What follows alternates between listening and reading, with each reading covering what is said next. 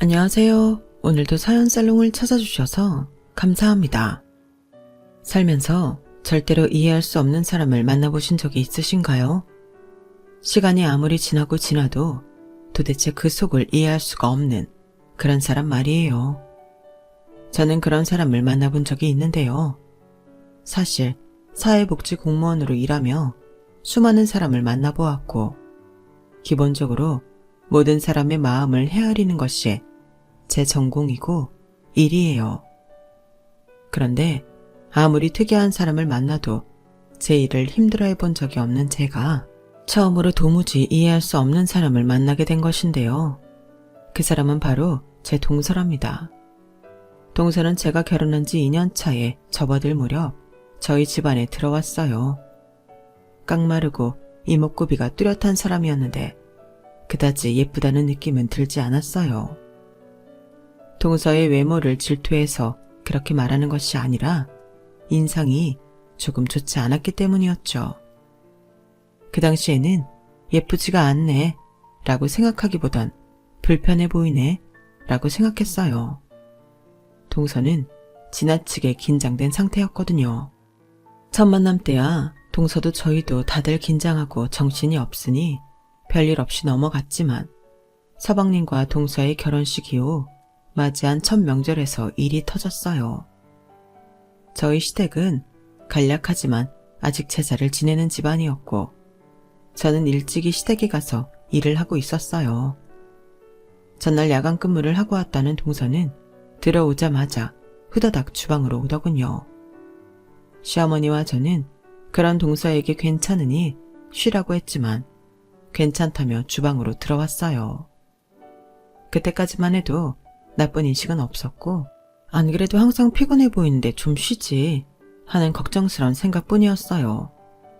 어쨌든 그렇게 셋이 다 같이 제사 음식을 차리고 있는데 동서가 저에게 먼저 말을 걸더군요. 아, 맞다. 형님, 이번에 승진하셨다면서요? 너무 축하해요. 고마워, 동서. 그러면 이제 승진했으면 공무원 몇 급이지? 이제 8급이지. 어머, 제일 낮은 게 9급 아니에요? 그럼 여태 9급이셨던 거예요? 여태 9급이었냐고 물어보는 동서의 말이 기분 나쁘더군요. 제가 시험 볼 때는 한참 공무원 붐이 불기 시작할 때였기에 저는 공무원 시험을 3년 만에 붙었었거든요. 그런데 동서는 거기서 한 발짝 더 선을 넘어버리는 것이었어요. 8급이면 월급도 별로 안 나오시겠다. 200만 원도 못 받는 거 아니에요? 그러자 곧바로 시어머니가 대신 한마디를 해주셨어요. 누가 돈 벌려고 공무원 하니?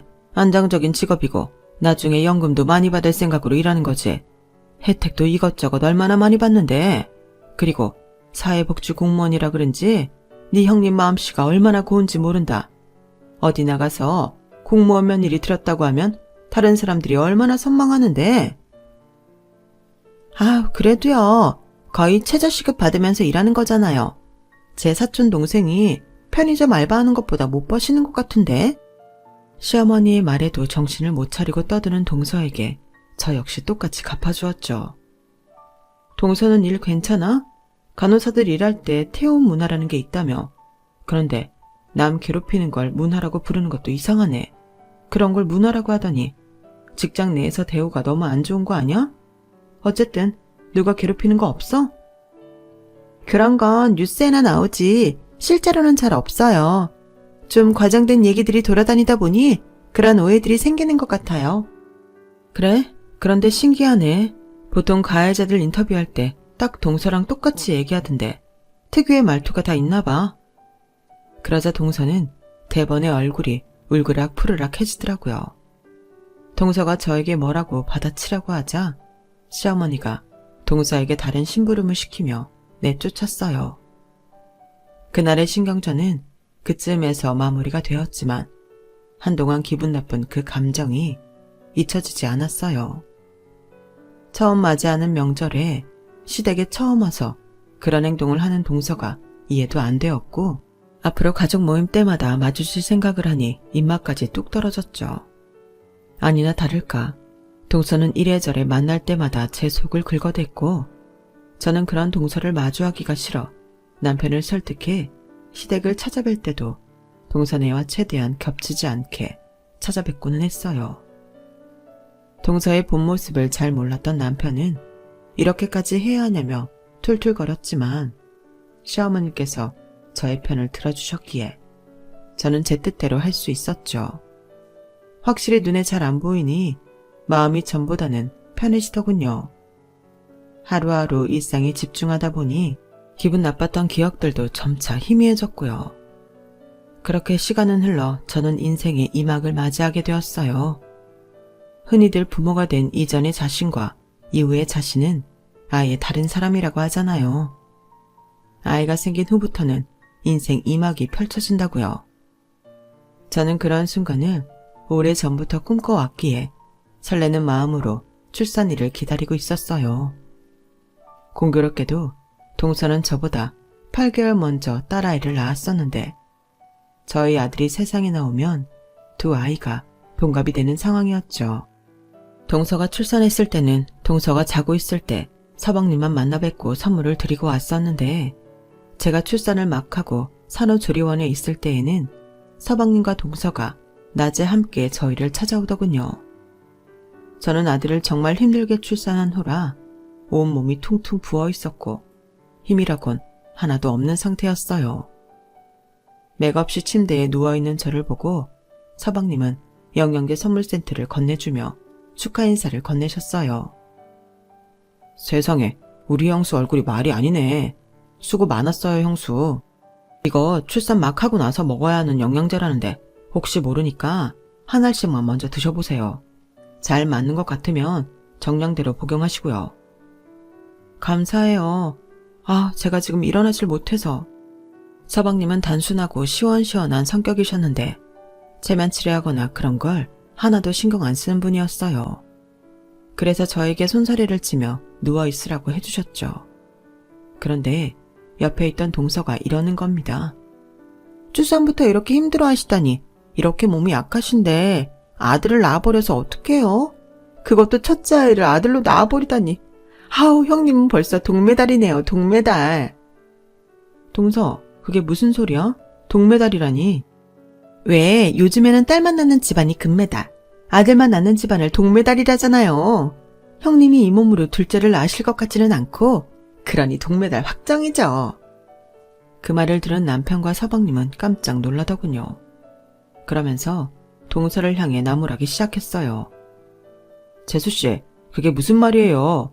그게 지금 출산 직후에 힘들어하는 사람한테 할 소리예요? 그리고 아들이 어때서요? 그래, 당신 왜 말을 그렇게 못나게 해? 빨리 형수한테 잘못했다고 사과드려. 다들 왜 이렇게 진지하세요? 요즘 많이들 하는 농담이에요, 농담. 그리고 확실히 딸보다는 아들이 훨씬 사고도 많이 치고 키우기 힘든 건 당연한 사실인데 사실대로 말도 못하나요? 동서가 분위기 파악 못하고 나불거리자 남편은 정말로 화가 나서 쏘아붙였어요. 아들이건 딸이건 저희한테는 다 귀한 자식이에요. 그리고 재수씨가 그딴 얘기를 사실이라고 알고 있었다고 해도 말이 아다르고 어다른데 여기까지 찾아와서 어디 그딴 식으로 말을 합니까? 재수씨를 보아하니 재수 닮은 딸이면 웬만한 아들들 못지않게 사고치고 속썩이고 다닐 게 눈에 훤해요, 훤해. 어머, 뭐라고요? 동서는 자신이 먼저 말 실수한 것은 생각도 않고 제 남편에게 뭐라고 따지려 들더군요. 서방님은 결국 저에게 죄송하다며 동서를 끌고 나갔고요. 서방님은 좋은 마음으로 오신 것 같았는데 괜히 동서 때문에 난처해졌는지 나중에 저희에게 미안하다고 문자도 따로 하셨어요. 남편은 저에게 말로만 들었던 동서의 실체를 직접 마주하자 분이 안 풀리는지 한참을 씩씩대다가 저에게 앞으로 동서는 없는 사람 취급하고 살자고 하더군요. 저는 그 말에 찬성했고요. 그 전까지는 저에게 유난을 떤다던 남편이 이제는 적극적으로 동서를 피해 다니자 동서를 만날 일은 현저히 줄어들었어요.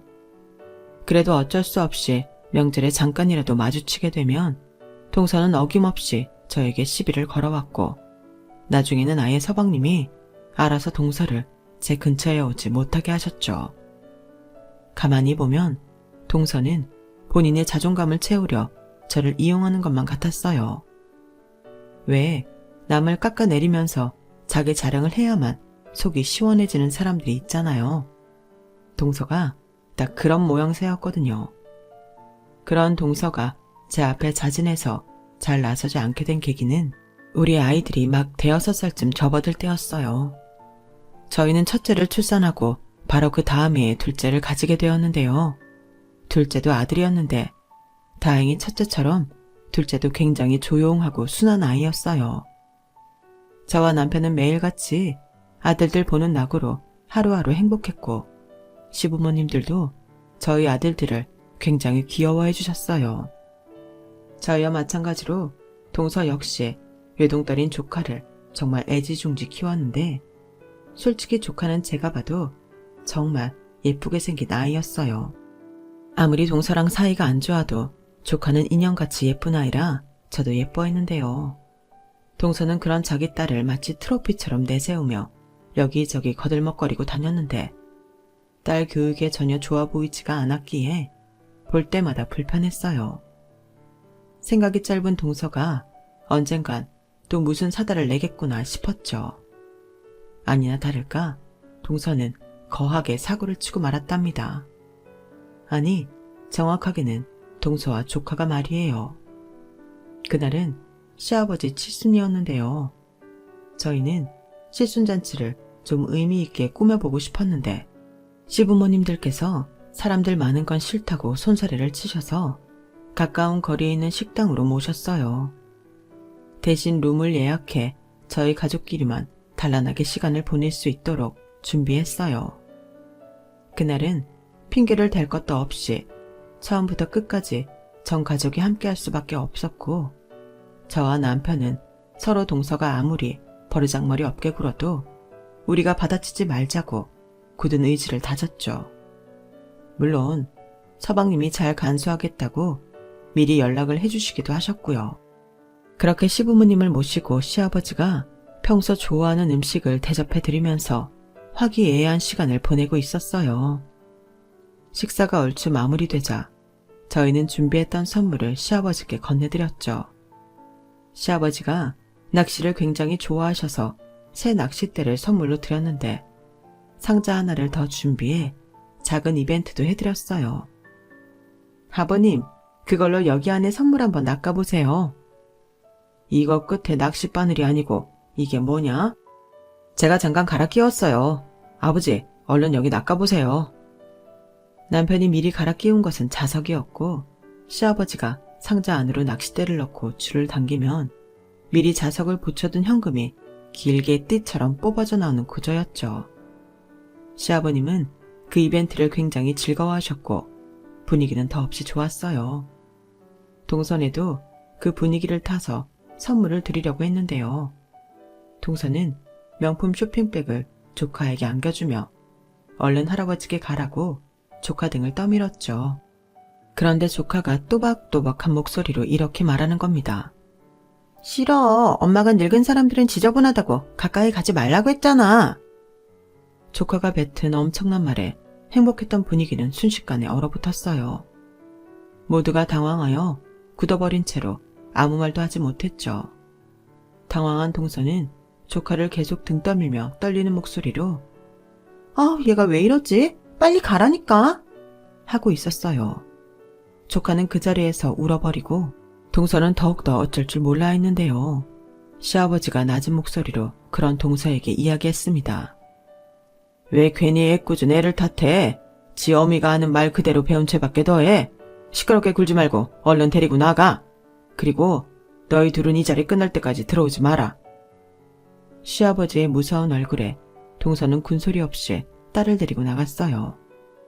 시부모님은 서방님께도 약간의 잔소리를 했는데요. 애가 저런 걸 배우는 동안 뭐하고 있었냐는 거였죠. 하지만 서방님도 적잖이 충격을 받은 터라 시부모님의 말이 잘 안 들리시는 것 같았어요.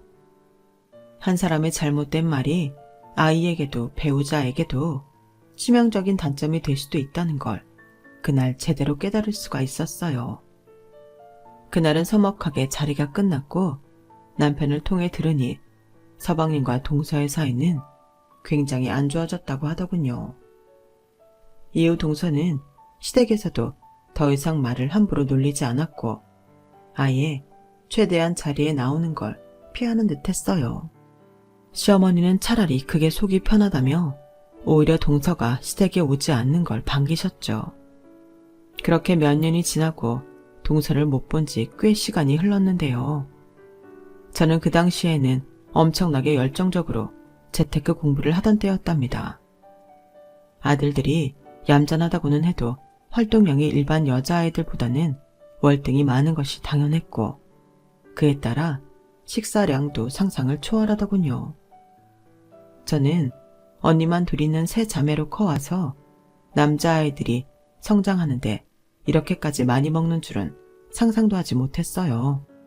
하지만 결정적이었던 건 저희 둘째였습니다.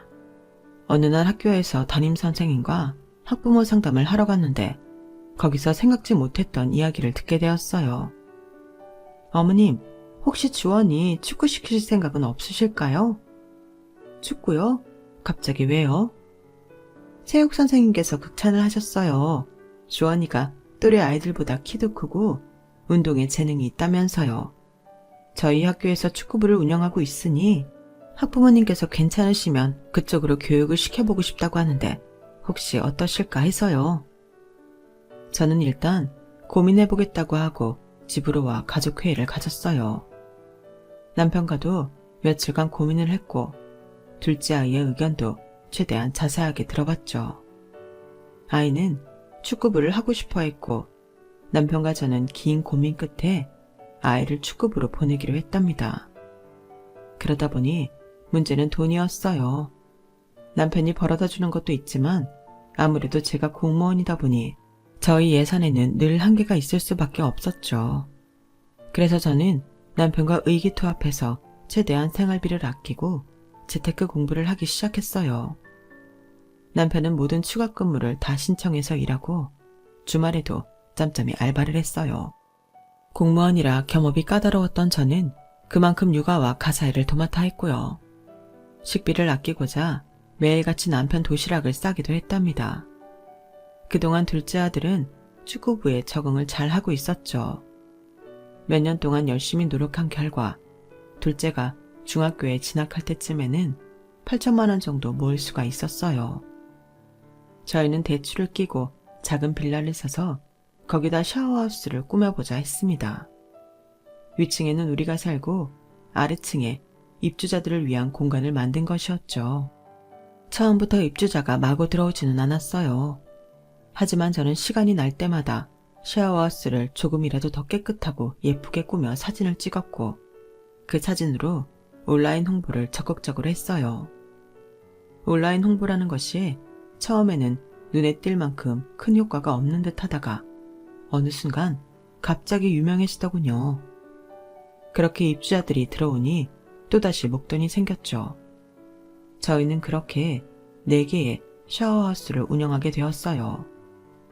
어느 정도 샤워하우스가 안정적으로 운영될 때부터는 가족들, 특히 부모님께 많은 용돈을 드리긴 했어요.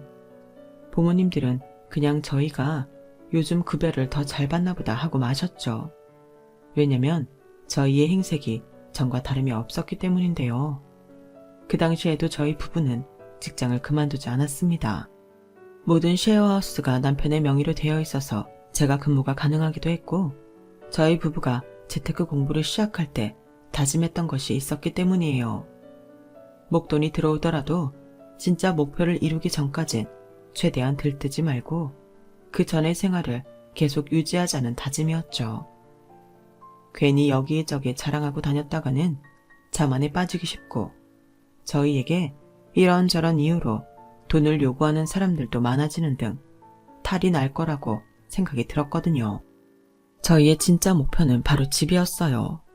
저희 아들들이 부족함 없이 넓게 쓸 수 있는 각자의 방을 주고 저와 남편도 각자의 작업실을 따로 가질 수 있는 또 저희 부부의 노후 자금으로서도 든든한 집이요.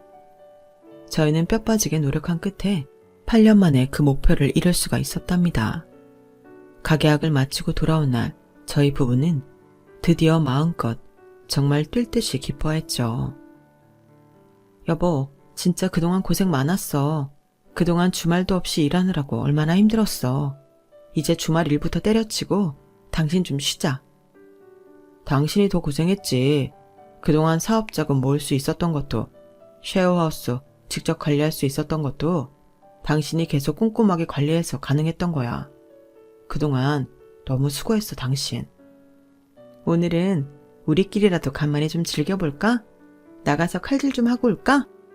그러자. 우리 아들들 스테이크라면 환장하는데 오늘 한번 제대로 먹이고 오자고. 그렇게 저희는 그동안의 노력을 축하하는 자리를 가졌답니다. 그날 이후 남편은 주말 일을 관두고 직장에서도 예전처럼 일할 만큼만 일을 하기 시작했죠. 저는 저대로 쉐어하우스 관리인을 따로 모집하기 시작했고요. 여전히 사치를 부리거나 하지는 않았고 저희가 편하게 지낼 수 있는 방향으로만 돈을 썼기 때문에 이때에도 주변 사람들은 저희의 사정을 잘 몰랐어요. 그건 동선에도 마찬가지였죠. 동선은 그동안 시댁에서 싫어하는 눈치가 역력하자 시댁을 무리해서 찾지는 않았었는데요. 대신 시부모님께 한 번씩 고가의 명품을 잔뜩 들고 나타났죠. 그런 고가의 선물들보다 시부모님이 바랬던 건 진심 어린 사과와 뉘우치고 달라진 모습이었을 텐데 동서는 오히려 새침하게 굴면서 선물 공세를 하더군요. 관심을 받고 싶은 건지 미움을 받고 싶은 건지 그 이중을 참 알다가도 모르겠더라고요.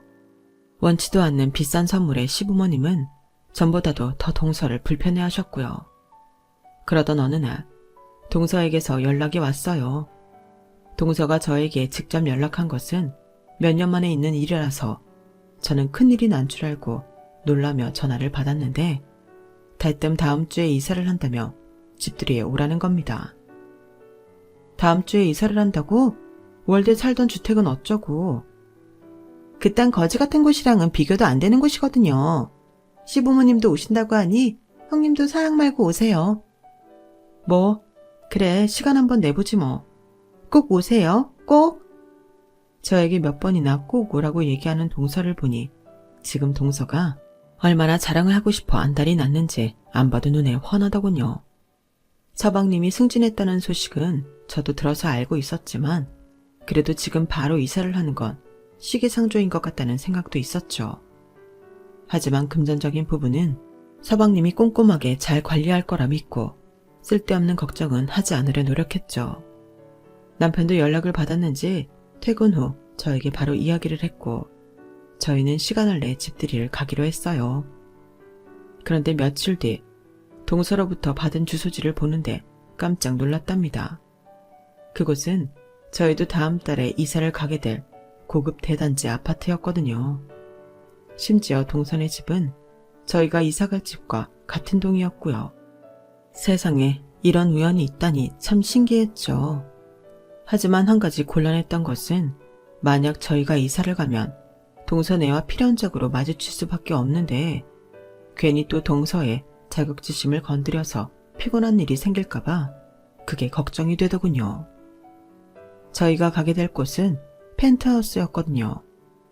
오랜 경험으로 동서의 자격지심을 건드리지 않고 피하는 게 가장 속편한 길이라는 것을 아는 저와 남편은 일단 숨길 수 있을 때까지 숨기자고 했어요. 마침 그 주에 잔금을 치르고 본계약을 마쳐야 했기에 저희는 가는 김에 잔금을 치르고 동선회로 이동하기로 했죠. 그렇게 본계약을 마치고 동선회 집으로 바로 걸어 들어갔어요. 남편과 애들은 지하 주차장에 차를 대고 오느라 따로 있었고 저 혼자 1층 현관으로 들어서는데 동선회 집 우편함에 우편물이 몇 개 와 있더군요. 이사한 지 얼마 되지도 않았는데 무슨 우편물이 왔지 싶어 가져다 주려고 봉투를 집어드는데 한눈에 알아본 봉투가 있었어요. 간혹 형편이 어려운 수급자 가정에 들어갈 때나 보던 채권 출시 우편물이었죠. 수령자에는 동서의 이름이 적혀 있었고요. 저는 설마 우편물이 뭔가 잘못 왔겠지 하며 동선의 집으로 올라갔는데요. 집 안으로 들어가니 동선의 집은 인테리어를 정말 으리으리하게 해놓았더군요. 거실을 지나 주방으로 가니 동선은 이미 식탁 한가득 음식을 차려놓았는데 하나같이 재료가 비싼 고급 음식이었고요. 집에서 한 건 별로 없어 보이고 어디서 배달을 시켜 차려놓은 듯 했어요. 동서는 머리부터 옷까지 한껏 꾸민 채로 어머, 형님 오셨어요? 하고 저를 맞이했고요. 마침 거의 5분 차이로 시부모님도 도착하셨고 저희는 오랜만에 전 가족이 식사를 가졌죠. 미리 각오하고 가기는 했지만 동서의 자랑질은 정말 참아주기 힘든 수준이었어요. 어머님, 이 접시 보이세요? 어머님, 아버님 접시는 특별히 땡땡에서 나온 접시예요. 이게 명품은 명품이라 그런지 빛깔이 일반 싸구려 식기랑은 비교가 안 되더라고요. 그리고 아버님, 요즘 감기며 잔병치레가 잦으시다면서요? 이거 드셔보세요. 이게 그 귀하다는 트러플 요리인데 완전 보양식이에요, 보양식. 주변에 저처럼 이렇게 귀한 거 대접해주는 며느리 가진 사람 없죠? 아우, 알았다. 알았으니 유난 그만 떨고 너도 좀 앉아서 먹으렴. 원 정신이 없어서 음식이 입으로 들어가는지 코로 들어가는지도 모르겠구나. 음식들이 하나같이 질기고 딱딱해서 우리가 먹기엔요. 치아가 좋지 않은 시부모님이 드시기엔 너무 거친 음식들만 가득한데 동서는 그런 것 따위는 전혀 고려하지 않은 듯 했죠. 시부모님은 음식을 몇 점 드시지도 못하고 수저를 내려놓을 수밖에 없었어요. 하지만 동서는 자기 자랑을 하느라 그 부분을 보지도 못하고 계속해서 떠들었죠. 들어오시면서 거실 보셨어요? 뷰가 괜찮죠? 여기가 한강이 바로 보이는 곳이라 얼마나 좋은지 몰라요. 이래서 역시 사람은 성공을 해야 하나 봐요. 아침에 한강을 바라볼 때마다 마음이 얼마나 좋은지 일을 할 때도 저절로 열정이 느껴지는 것 같다니까요. 형님도 이런 뷰의 아파트는 실제로 처음 와보시죠? 여보, 그만해. 다들 식사에 집중하자고 하잖아. 서방님이 말려도 동서는 멈출 기미가 없어 보였어요. 저는 각오하고 왔으니 적당히 받아주자 생각하고 동서가 원하는 대답을 해주었습니다. 그러네. 서울 내 아파트인데 이렇게 한강이 한눈에 보이는 아파트는 실제로 처음 봐. 날씨만 맑다면 너무 이쁠 것 같아. 서방님, 정말 대단하시네요.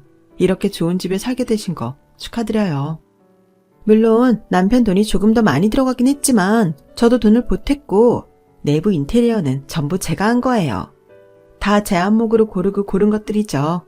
집이 꽤 넓어서 신경 쓸 게 한두 가지가 아니더라고요.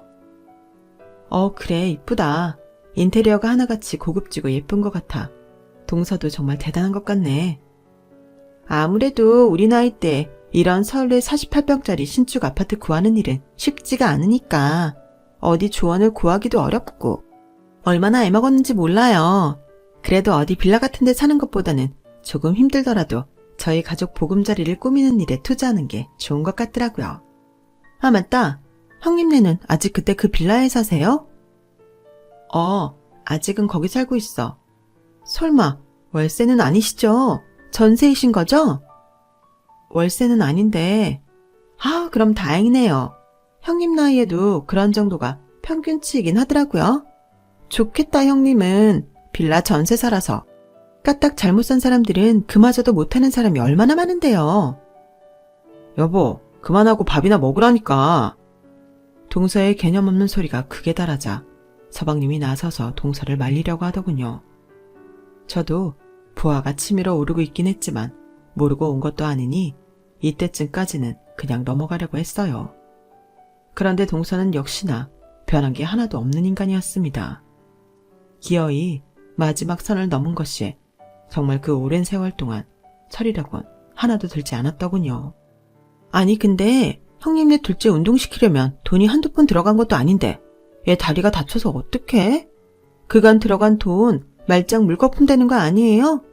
다시 운동 시작할 수는 있대요. 투자할 만큼 재능이 있기는 한가? 저희 둘째가 얼마 전 축구를 하다 다리를 다쳤는데 심각한 부상은 아니긴 하지만 꽤 긴 시간을 휴식해야 하는 상황이었거든요. 안 그래도 분위기가 불편해 평소보다 밥도 제대로 못 먹고 있던 둘째 아들은 동서의 말에 어쩔 줄 모르고 어른들 눈치를 보았어요. 더 이상 참아줄 수가 없었죠. 우리 딸처럼 외모가 재능이라면 굳이 몸 쓰지 않아도. 맞다. 어머님 아버님. 저희가 저번에 찾아뵀을 때 말씀드린다는 걸 깜빡했어요. 혹시 다음 달에도 이쪽으로 한 번 더 와주실 수 있으세요? 저희가 오전에 어머님 아버님 댁으로 모시러 갈게요.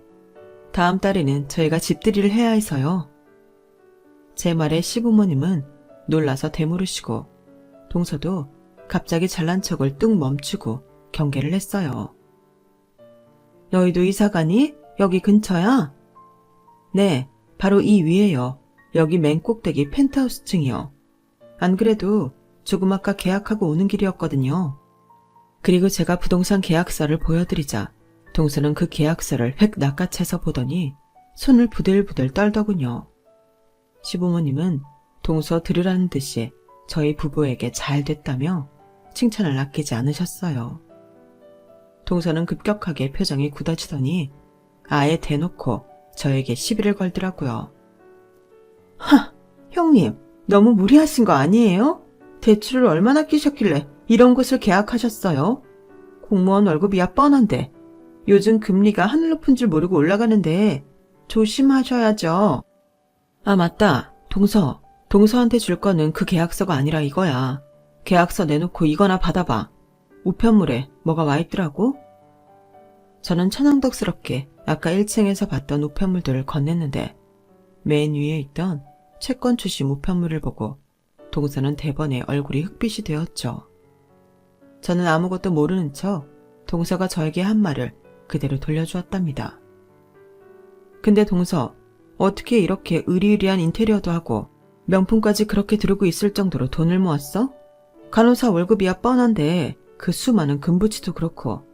동서 말대로 서울에 48평짜리 신축 아파트 구하는 건 좀 무리한 거 아니야? 혹시 서방님 몰래 어디 빚이라도 진 건 아니지? 요즘 금리가 하늘 높은 줄 모르고 올라가는데 조심해야지 동서.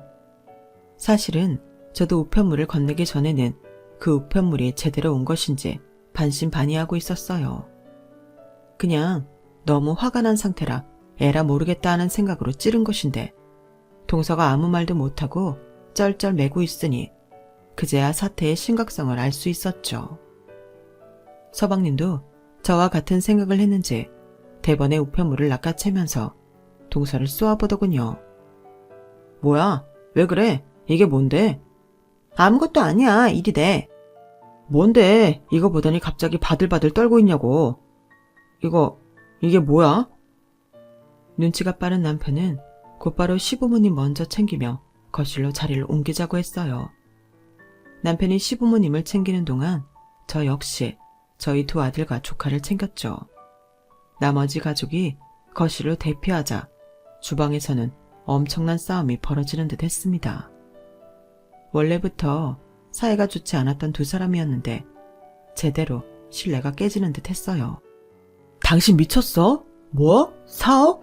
나한테 그간 절약하고 상여금 모아서 목돈 만들었다더니 그게 다 빚이었어? 이게 지금 이자가 얼마야?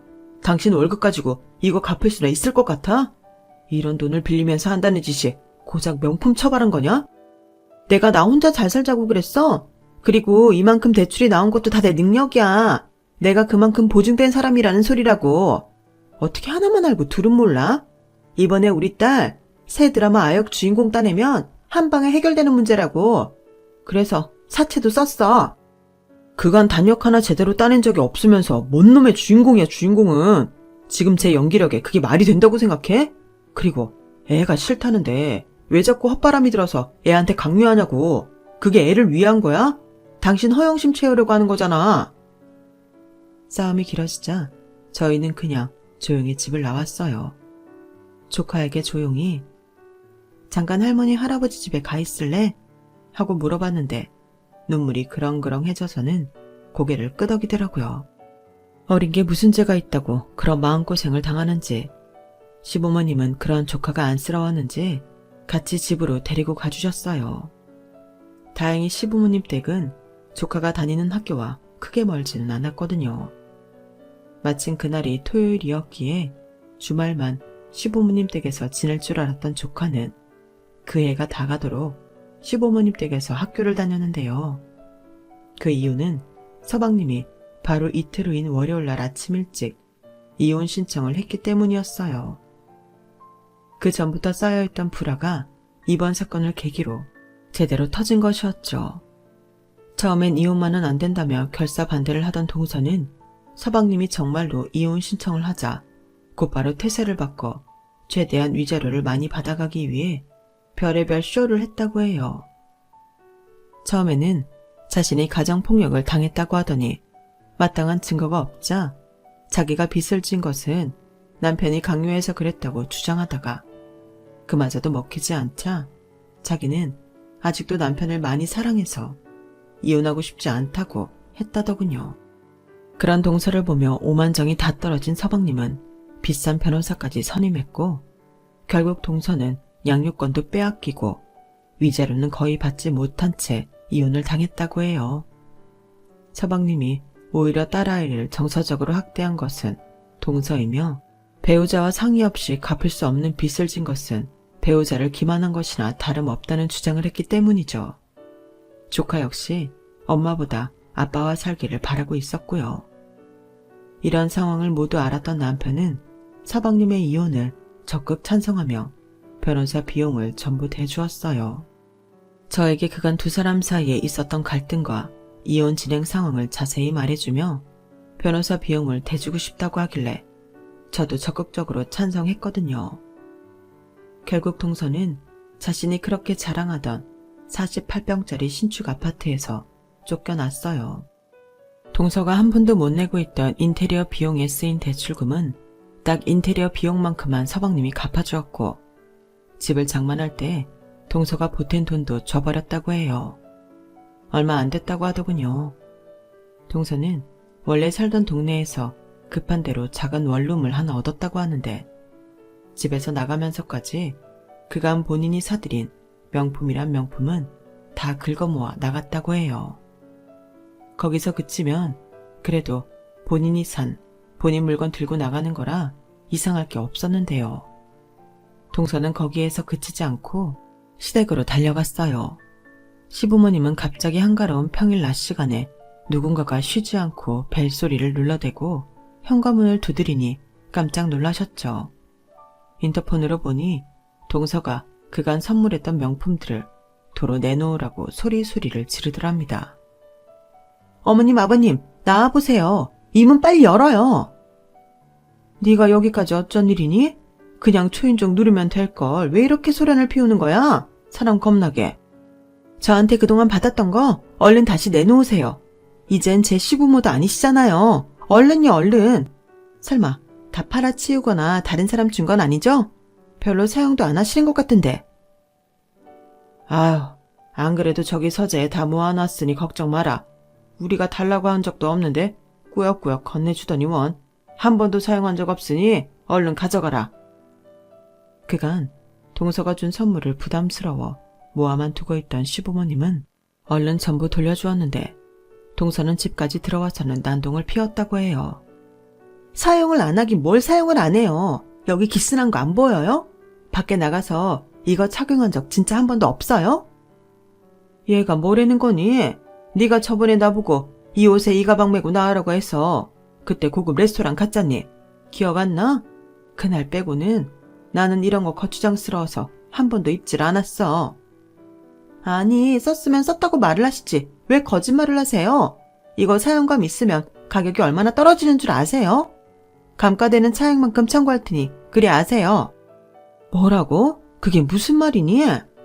어머, 우리가 이런 선물을 달라고 한 적도 없는데 지 잘난 척한다고 막 부릴 때는 언제고? 난 그 돈 못 준다. 나는 네가 입으라고 할 때 입은 것 빼고는 한 번도 사용한 적 없어. 시부모님이 강경하게 나오자 동서는 그 자리에서 돈을 달라며 땡깡을 부리고 마구 난동을 부렸다고 해요. 마침 집에 있다가 연락을 받은 저와 남편이 급하게 시댁으로 가면서 경찰을 불렀죠. 저희 부부와 경찰은 시댁 앞에 동시에 도착을 했고 곧바로 집안에 들어가 동서를 끌어냈어요. 동서는 치마가 다 뒤집어지면서까지 안을 끌려나가려고 아주 바둥바둥대며 돈을 달라고 고래고래 소리를 질렀고 몸싸움 중에 누군가 명품 중 하나를 건드릴 때마다 아주 발작을 하더군요.